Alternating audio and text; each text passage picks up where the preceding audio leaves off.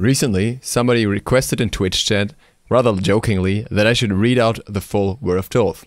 I figured this could be an interesting thing to do, and I went to Twitter and did a little straw poll there, and people were actually for it. So we're gonna do exactly that. I'm gonna read you the full Word of Thoth, the Smite Mechanics Guide by Flareboot.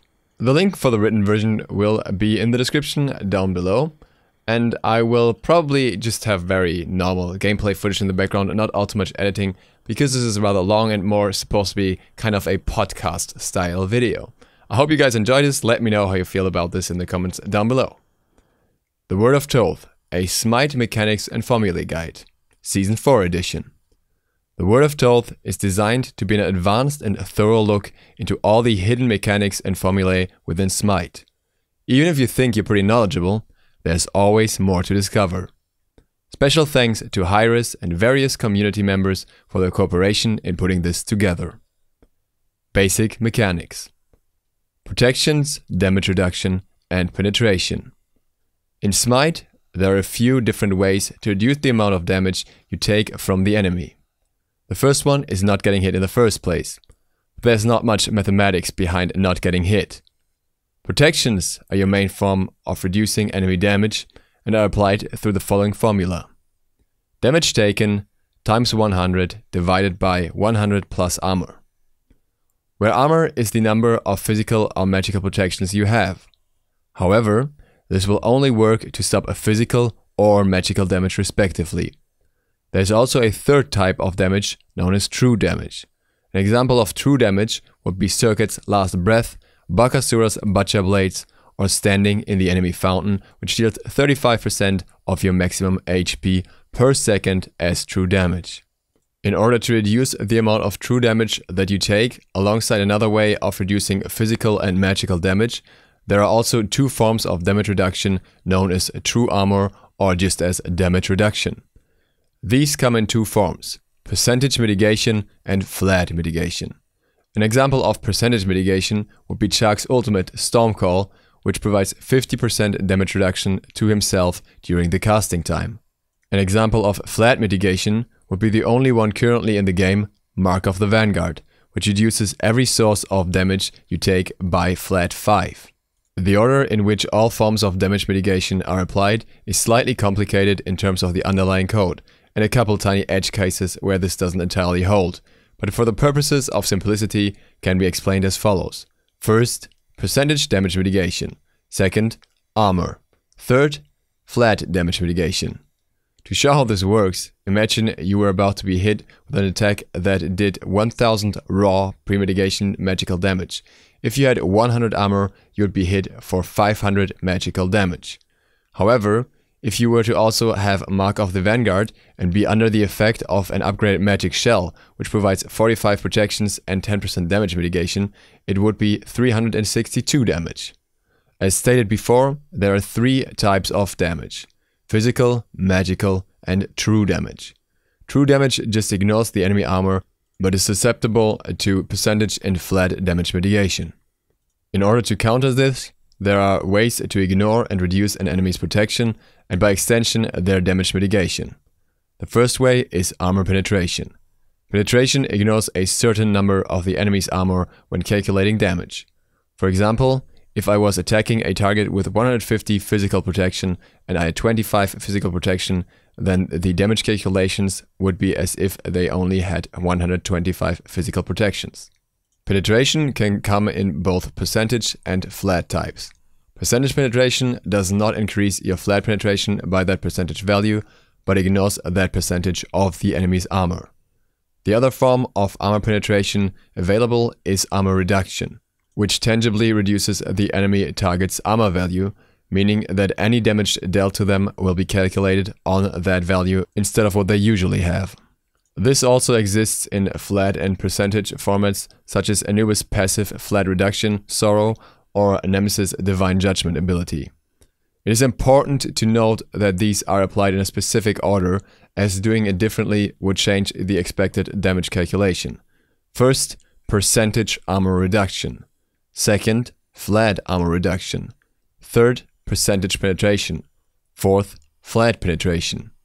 To show how this would work, if there was a target with 300 physical protections, then applied a 36% armor reduction buff from 3 stacks of the Executioner, whilst having the 33% penetration from Titan's Bane, and the 10 flat penetration from Hasten Fatalis, the ammo calculation would be 300 times 0.64 times 0.67 minus 10.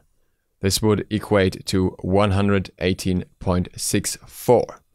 From this, we can see that the percentage penetration stat is negatively affected both by percentage and flat reduction, as it is ignoring a percentage of a smaller armor value than before. While buying reduction and percentage penetration are slightly inefficient towards each other, the effects are small. Similarly to percentage damage reduction, there are also a few sources of percentage damage increase taken. A good example of this would be the Sundering Spear relic, which deals true damage, then applies a debuff increasing the target guard's damage taken by 15% or 30% if upgraded. This stacks as a negative percentage damage reduction, meaning that if you have the 15% damage reduction from, say, Spirit Rope, then applied an upgraded Sundering Spear to a 500 damage ability, dealing true damage after penetration, it will work out as 500 times brackets 1 plus 0.3 minus 0.15 brackets closed equals 500 times 1.15 equals 575. Total effective health, or EHP. Effective HP is how much damage an enemy would need to kill you in terms of raw damage before any mitigation, and a measurement of how useful your armor and extra health is to you. A common example of how this works would be that if you have 1000 HP with 100 armor after mitigation, it would take the same number of 100 damage attacks to kill you as if you were to have 2000 HP but 0 armor. Without taking into account a flat true armor, the formula for the total effective health, or EHP, is health divided by damage mitigation multipliers. As before, if you have 1000 health and after all percentage mitigation multipliers are applied, you take 40% damage, your effective HP would be 1000 divided by 0.4 equals 2500 HP. Lifesteal. Lifesteal, as you're probably aware, returns a percentage of the damage you deal as HP. There are 2 types, physical and magical. Both lifesteal types work based on the damage you deal rather than the damage you're expected to deal before mitigation. If the damage you deal is more than the remaining health on the target you're attacking, it will only heal for the percentage of the remaining health. If you deal 300 damage to a target with 150 health left, you will only steal a percentage of the 150 rather than 300 damage. Magical lifesteal applies to both magical abilities and attacks. However, if the ability is considered an area of effectability, very few single target abilities exist, then it has a 0.33 coefficient applied to it. If you had 30% lifesteal on an ability such as Flame Wave, you would only heal for 3 times 0.33, equaling 9.9% of the damage done on each target. Physical lifesteal only applies to physical basic attacks, not physical abilities. The only exception is Mercury's Made You Look, which is treated as a basic attack and scales from your physical basic attack power, and is subjected to the area of effect coefficient as above. Attack speed. Attack speed is a commonly confused stat in terms of how it works. If you have an attack speed increase, it states as a percentage increase, so 15% attack speed. That 15% isn't just a flat 0.15, but is a 15% increase on your level 0 attack speed. For example, Carnunos has 1.00 attack speed at level 0, but Artemis has 0.95. A 25% attack speed increase on Carnunos would give him additional 0.25 attack speed, but the same 25% would only give Artemis 0.25 times 0.95, equaling 0.2375 AS. Reduction works in the same way, except in reverse. A 30% attack speed slow on a guard with 0.9 base attack speed will have their attack speed reduced by 0.27, even if they have 2.5 attack speed at the moment. Attack speed can be said to be the cooldown reduction for your basic attack. If you have 0.4 attack speed, the lowest it can be brought to, you have a refire time of 2.5 seconds, which is determined when you fire the attack. These are then modified by attack chain multipliers, so Naja with 2.0 attack speed would take 0.5, 0.5, 0.66 and 1 second respectively to initiate each attack. The formula for basic attack speed can be written as base attack speed times 1 plus attack speed increase percentage minus attack speed decrease percentage. Healing increase and reduction. The way increases to healing and heal reduction works is nearly identical to that of attack speed with one small exception. Both increases and decreases work on the base heal. So for example, with a 250 heal with 20% increased healing, you would be healed for 250 times 1.2 equaling 300 HP. However, if someone then applies 40% healing reduction whilst you have that heal increase on you, that 250 heal would be 200 HP. Hell's passive healing increase is applied before any heal reduction or increase, so cannot be used to mitigate healing reduction additively. The exception to this rule is during any ultimate designed to reduce healing by 100%. Current examples of this are Odin's Ring of Spears, Circuit's Last Breath, and Osiris' Lord of the Afterlife. This will completely shut down any healing or regeneration to the target, regardless of how much healing increase you have. Movement speed, diminishing returns. As your movement speed increases, the amount of movement speed you will get from additional movement speed will decrease due to diminishing returns. Not the same as diminishing efficiency, which every stat suffers from. Between 0 and 457 movement speed, any increase you have is normal, or 1 times effectiveness. After this, between 457 and 540.5, any increases have a 20% diminishing returns, or 0.8 times effectiveness. Beyond 540.5, any movement speed increases have a 50% diminishing returns, or 0.5 times effectiveness. The undiminished cap for movement speed is 1000. Substituting 1000 into the appropriate diminishing return values would get us 753.55. In certain cases, you can get past the soft cap of movement speed of 753.55, but they are very extreme and for short duration. Certain abilities have a constant multiplier outside of movement speed to them, such as Cavalry Charge. Movement speed penalties. Certain actions in-game apply a penalty to your movement speed. The main example of these are for basic attacks, strafing, and backpedaling. The penalties are as follows. Melee basic attack, 65% movement speed. Ranged basic attack, 50% movement speed. Backpedal, 60% movement speed. Strafing, 80% movement speed. Generally, the strafing penalty will be a 20% penalty. However, there are certain cases, for example Medusa, who can move at 100% speed while strafing and 80% movement speed whilst backpedaling.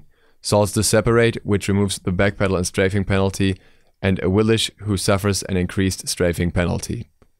Only the highest of penalties will be active at any one time and are calculated after diminishing returns, see below. A Neath with 480 movement speed would have an effective 240 movement speed whilst basic attacking, even if backpedaling or strafing.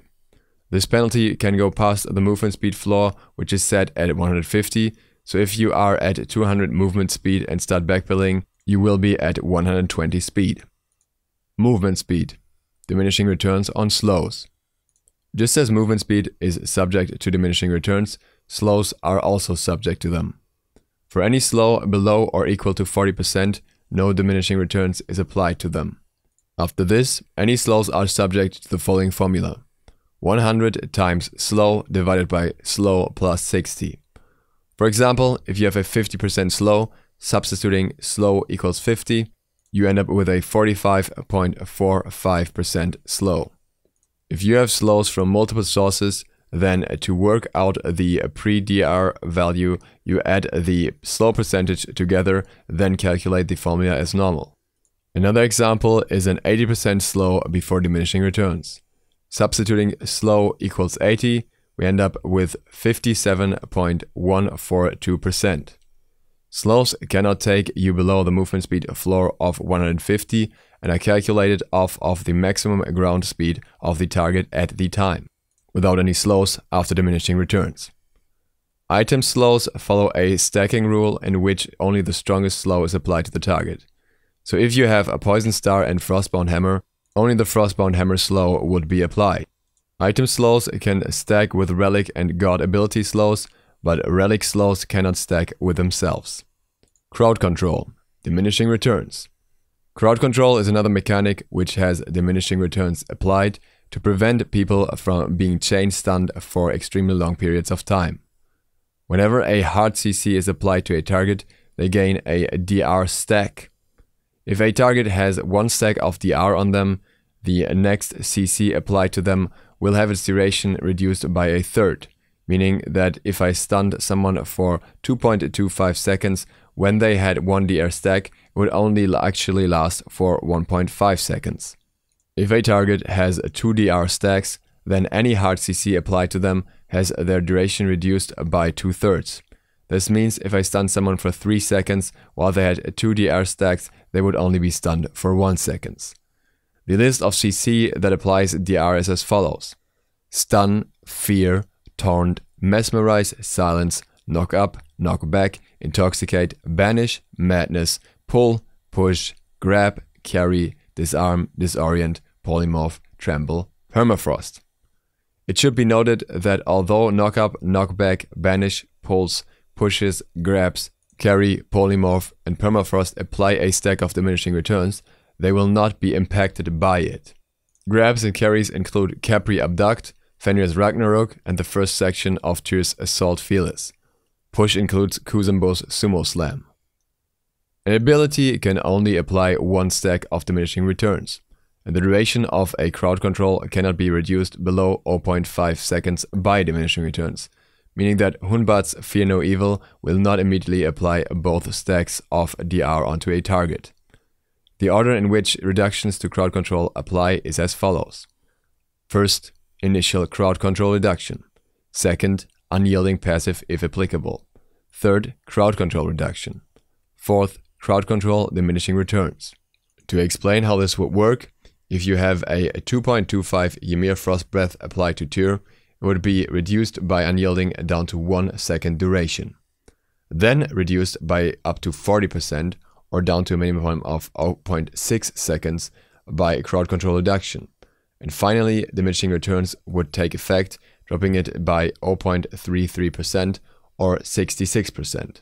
Then, if that final value is lower than 0.5 seconds due to diminishing returns, it is raised back up to 0.5 seconds. DR stacks will wear off a target 15 seconds after they were last affected by a hard CC. If a CC is applied whilst there are 2 stacks on already, the duration of the stacks will be refreshed. Kill and assist bounty. The formula used to determine kill bounty for an enemy god is relatively simple for XP and slightly more complicated for gold. The XP formula for a kill in Conquest: open brackets 50 plus 30 times L, close brackets times open brackets 1 plus 0.1 times open brackets L delta close brackets, where L is the victim's level and L delta is the victim's level minus the Slayer's level. For example, if I'm a level 12 guard that kills a level 20 guard, I will get 1170. Basically, this means that if you kill a guard that is higher level than you get an extra open brackets 10 times L delta close brackets percentage XP on top of the base value, up to a maximum of an extra 190% XP for a level 1 killing a level 20. Unrealistic but not impossible. For the Clash mode, the formula is slightly tweaked, with 20% additional XP based on the level difference instead of 10%. The accompanying gold formula for a kill in Conquest.